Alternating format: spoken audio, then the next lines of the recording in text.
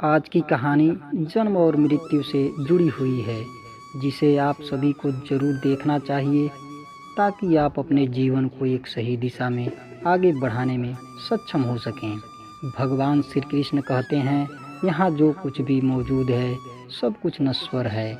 अगर इस तथ्य को स्वीकार करते हैं तो आप पृथ्वी पर धीरे और समझदारी से चलेंगे। मृत्यु कोई आपदा नहीं है, यह हमेशा सही समय पर आती है। विपदा इस बात की है कि लोग इसके लिए तैयार नहीं रहते हैं। जैसे जीवन है उसी तरह मृत्यु भी है। शरीर और आत्मा के लिए मृत्यु क्रूरता का प्रतीक है। जन्म पृथ्वी पर आने का मार्ग है, मृत्यु देवलोक पर जाने का मार्ग है। जो जैसा कर्म करता है उसी के अनुरूप उसे स्थान मिलता है। जो विद्याएं कर्म का संपादन करती हैं उन्हीं का फल दृष्टिगोचर होता है। अपना समय यह सोचकर बर्बाद ना करो कि दूसरों ने तुम्हारे साथ क्या बुरा किया। तुम्हारी जगह कर्मा को उनको जवाब देने दो। हर किसी को कर्म भोगना पड़ता है। अच्छा या बुरा कर्म की पहचान समय खुद देता है। कर्म से ही विजय है, भाग्य भी कर्म पर निर्भर है। कर्म है तो सफलता तय है, अन्यथा जीवन व्यर्थ है। कर्म का सब खेल है, यह लौट कर तो आएगा। जो आज तुझे रुला रहा है कल कोई और उसे रुलाएगा। कर्म जीवन का मुख्य विषय है। शब्दों का हेर फेर भले ही पकड़ नहीं आता, पर सच में हर कोई कर्म से पहचाना जाता है। हर व्यक्ति को उसके कर्म करने की पूरी आज़ादी है, लेकिन कर्म के परिणामों में चुनाव उसके हाथ में नहीं है। जिस दिन आप अपने लिए बोलना शुरू करेंगे, दुनिया आपके पीछे से हटकर आपके सामने खड़ी हो जाएगी। मनुष्य जब असाधारण कार्य कर दिखाता है वह यश का कारण बन जाता है। प्यार में बड़ा कोई धर्म नहीं होता, परोपकार से बड़ा कोई कर्म नहीं होता। भाग्य के दरवाजे पर सर पीटने से बेहतर है कर्मों का तूफान पैदा करें, सारे दरवाजे खुल जाएंगे। भाग्य मनुष्य के कर्म पर निर्भर करता है। हर कोई अपने भाग्य के लिए जिम्मेदार है। भगवान कहते हैं, जो लोग दूरदर्शी नहीं होते और बहुत ज़्यादा जल्दीबाजी में या अनावश्यक देरी से काम करने में आदी होते हैं, उनका भविष्य मुश्किलों से भर जाता है। अच्छे और बुरे में भेदभाव मत करो, सभी भेदभाव को छोड़कर जो है उसको स्वीकार करो। जिस क्षण आप खुद को स्वीकार करते हो उसी क्षण आप सबसे सुंदर हो जाते हो। सत्य के बाहर कोई चीज़ नहीं है जिसको तुम बाहर खोजते रहते हो। सत्य अंदर की चीज़ है जिसको महसूस किया करो। सत्य कोई सिद्धांत नहीं है, बल्कि यह अपनी अनंत गहराइयों का अनुभव है। किसी के विचार ग्रहण कर उसके दास मत बनो। सही मायने में अस्तित्व उनका ही होता है जो स्वयं के स्वामी होते हैं। केवल पढ़ने मात्र से सत्य को नहीं समझा जा सकता। सत्य को अपने अंदर महसूस करना होता है। आपका कोई विचार यदि केवल विश्वास या आस्था पर आधारित है तो वह आपकी बुद्धि को अपंग बना देगा।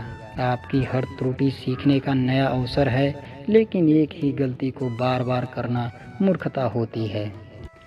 पुराने समय की बात है, एक ब्राह्मण परिवार था। ब्राह्मण का लड़का बहुत ही बुद्धिमान था। एक बार ब्राह्मण ने विश्वजीत नामक ऐसा यज्ञ किया जिसमें सब कुछ दान कर दिया। दान के वक्त ब्राह्मण का पुत्र यह देखकर हैरान हो गया कि उसके पिता स्वस्थ गायों के बजाय कमज़ोर बीमार गाय दान कर रहे हैं। ब्राह्मण पुत्र धार्मिक प्रवृत्ति का और बुद्धिमान था। वह तुरंत समझ गया कि मोह के कारण ही पिता ऐसा कर रहे हैं। पिता के मोह को दूर करने के लिए पुत्र ने पिता से सवाल किया कि आप अपने पुत्र को किसे दान देंगे। पुत्र का ऐसा सवाल सुनकर ब्राह्मण ने इस सवाल को टालने की भरसक कोशिश किया, लेकिन पुत्र ने फिर यही प्रश्न दोबारा पूछा। बार बार यही पूछने पर ब्राह्मण क्रोधित हो गए और उन्होंने कह दिया कि तुझे यमराज को दान करूँगा। पिता के वाक्य से पुत्र को बहुत दुख हुआ, लेकिन सत्य की रक्षा के लिए ब्राह्मण पुत्र ने मृत्यु को दान करने का संकल्प भी पिता से पूरा करवा लिया। तब वह यमराज को खोजते हुए यमलोक पहुंच गया। यमलोक के दरवाजे पर पहुंचने पर लड़के को पता चला कि यमराज वहां उपस्थित नहीं हैं।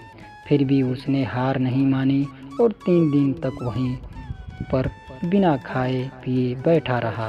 यमराज को लौटने पर द्वारपाल ने लड़के के बारे में जाना तो बालक की पितृभक्ति और कठोर संकल्प से वे बहुत खुश हुए। यमराज ने लड़के के पिता की आज्ञा के पालन और 3 दिन तक कठोर प्रण करने के लिए 3 वरदान मांगने के लिए कहा।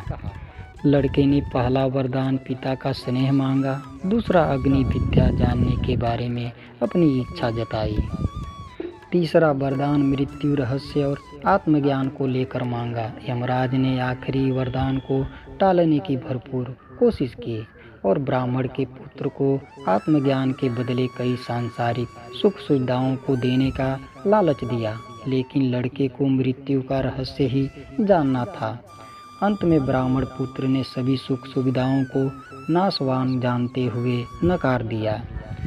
अंत में विवश होकर यमराज ने जन्म मृत्यु से जुड़े रहस्य बताया, जिसे आप सभी को जानना चाहिए। मनुष्य शरीर, 2 आँखें, 2 कान, 2 नाक के छिद्र, 1 मुंह, ब्रह्मानंद, नाभिगुदा और शिश्र के रूप में 11 दरवाजों वाले नगर की तरह है। जो ब्रह्मा की नगरी है वे मनुष्य के द्वार हृदय में रहते हैं। इस रहस्य को समझकर जो मनुष्य ध्यान और चिंतन करता है उसे किसी प्रकार का दुख नहीं होता है। ऐसा ध्यान और चिंतन करने वाले लोग मृत्यु के बाद जन्म मृत्यु के बंधन से भी मुक्त हो जाता है। जो लोग आत्मा को मारने वाला या मरने वाला मानते हैं, ये असल में आत्मा को नहीं जानते और भटकते हुए उनकी बातों को नज़रअंदाज करना चाहिए, क्योंकि आत्मा ना मरती है ना किसी को मार सकती है। मनुष्य का हृदय ब्रह्मा को पाने का स्थान माना जाता है। यमदेव ने बताया, मनुष्य की परमात्मा को पाने का अधिकारी माना गया है। उसका हृदय अंगूठे की माप का होता है, इसलिए इसके अनुसार ही ब्रह्मा को अंगूठे के आकार का पुकारा गया है। और अपने हृदय में भगवान का वास मानने वाला व्यक्ति यह मानता है कि दूसरों के हृदय में भी ब्रह्मा इसी तरह विराजमान है। इसलिए दूसरों की बुराई या घृणा से दूर रहना चाहिए। यमदेव के अनुसार शरीर के नाश होने के साथ जीवात्मा का नाश नहीं होता। आत्मा का भोग विलास नाशवान, अनित्य और जड़ शरीर से इसका कोई लेना देना नहीं होता है। यह अनंत, अनादि और दोष रहित है। इसका कोई कारण है न कोई कार्य, यानी इसका न जन्म होता है न मृत्यु है। जिस तरह बारिश का पानी एक ही होता है, लेकिन ऊंचे पहाड़ों पर बरसने से वह एक जगह नहीं रुकता और नीचे की ओर बहता है, कई प्रकार के रंग, रूप और गंध में बदलता है, उसी प्रकार एक ही परमात्मा से जन्म लेने वाले देव, असुर और मनुष्य भी भगवान को अलग अलग मानते हैं और अलग अलग मानकर ही पूजा करते हैं। बारिश के जल की तरह ही सूर असुर कई योनियों में भटकते रहते हैं। ब्रह्मा प्राकृतिक गुणों से एकदम अलग है। वे स्वयं प्रकट होने वाले देवता हैं। इनका नाम वसु है। वे ही मेहमान बनकर हमारे घरों में आते हैं। यज्ञ में पवित्र अग्नि और उसमें आहुति देने वाले भी इसी तरह सभी मनुष्यों, श्रेष्ठ देवताओं, पितरों, आकाश और सत्य में स्थित होते हैं। जल में मछली हो या शंख, पृथ्वी पर पेड़ पौधे, अंकुर, अनाज, औषधि हो या पर्वतों में नदी, झरने और यज्ञ फल के तौर पर भी ब्रह्मा की प्रकट होते हैं। इस प्रकार ब्रह्मा प्रत्यक्ष देव हैं। जब आत्मा शरीर से निकल जाती है तो उसके साथ प्राण और इंद्रियां, ज्ञान भी निकल जाता है। मृत शरीर में क्या बाकी रहता है यह नजर तो कुछ नहीं आता, लेकिन वह परम ब्रह्मा उस शरीर में रह जाता है जो हर चेतन और जड़ प्राणी में विद्यमान है। मृत्यु के बाद आत्मा क्यों और कौन सी योनियों में मिलती है, इस विषय में हम आगे जानते हैं। यमदेव के अनुसार अच्छे और बुरे कर्मों और शास्त्र, गुरु संगत, शिक्षा और व्यापार के माध्यम से देखी सुनी बातों के आधार पर पाप पुण्य होते हैं। इनके आधार पर ही आत्मा मनुष्य या पशु के रूप में नया जन्म प्राप्त करती है। जो लोग बहुत ज़्यादा पाप करते हैं वे मनुष्य और पशुओं के अतिरिक्त अन्य योनियों में जन्म पाते हैं। अन्य योनियों जैसे पेड़ पौधे पहाड़ तिनके आदि। मृत्यु से जुड़े रहस्यों को जानने की शुरुआत ब्राह्मण पुत्र ने यमदेव से धर्म अधर्म से संबंध रहित कार्य कारण रूप प्रकृति भूत भविष्य और वर्तमान से परे परमात्मा तत्व के बारे में जिज्ञासा कर दी। यमदेव ने लड़के को ओम को प्रतीक रूप में पर ब्रह्मा का स्वरूप बताया। उन्होंने बताया कि अविनाशी प्रणव यानी ओंकार ही परमात्मा का स्वरूप है। ओंकार ही परमात्मा को पाने के सभी आश्रयों में सबसे सर्वश्रेष्ठ और अंतिम माध्यम है। सारे वेद कई तरह के छंदों एवं मंत्रों में यही रहस्य बताए गए हैं। जगत में परमात्मा के इस नाम और स्वरूप की शरण लेना ही सबसे बेहतर उपाय है।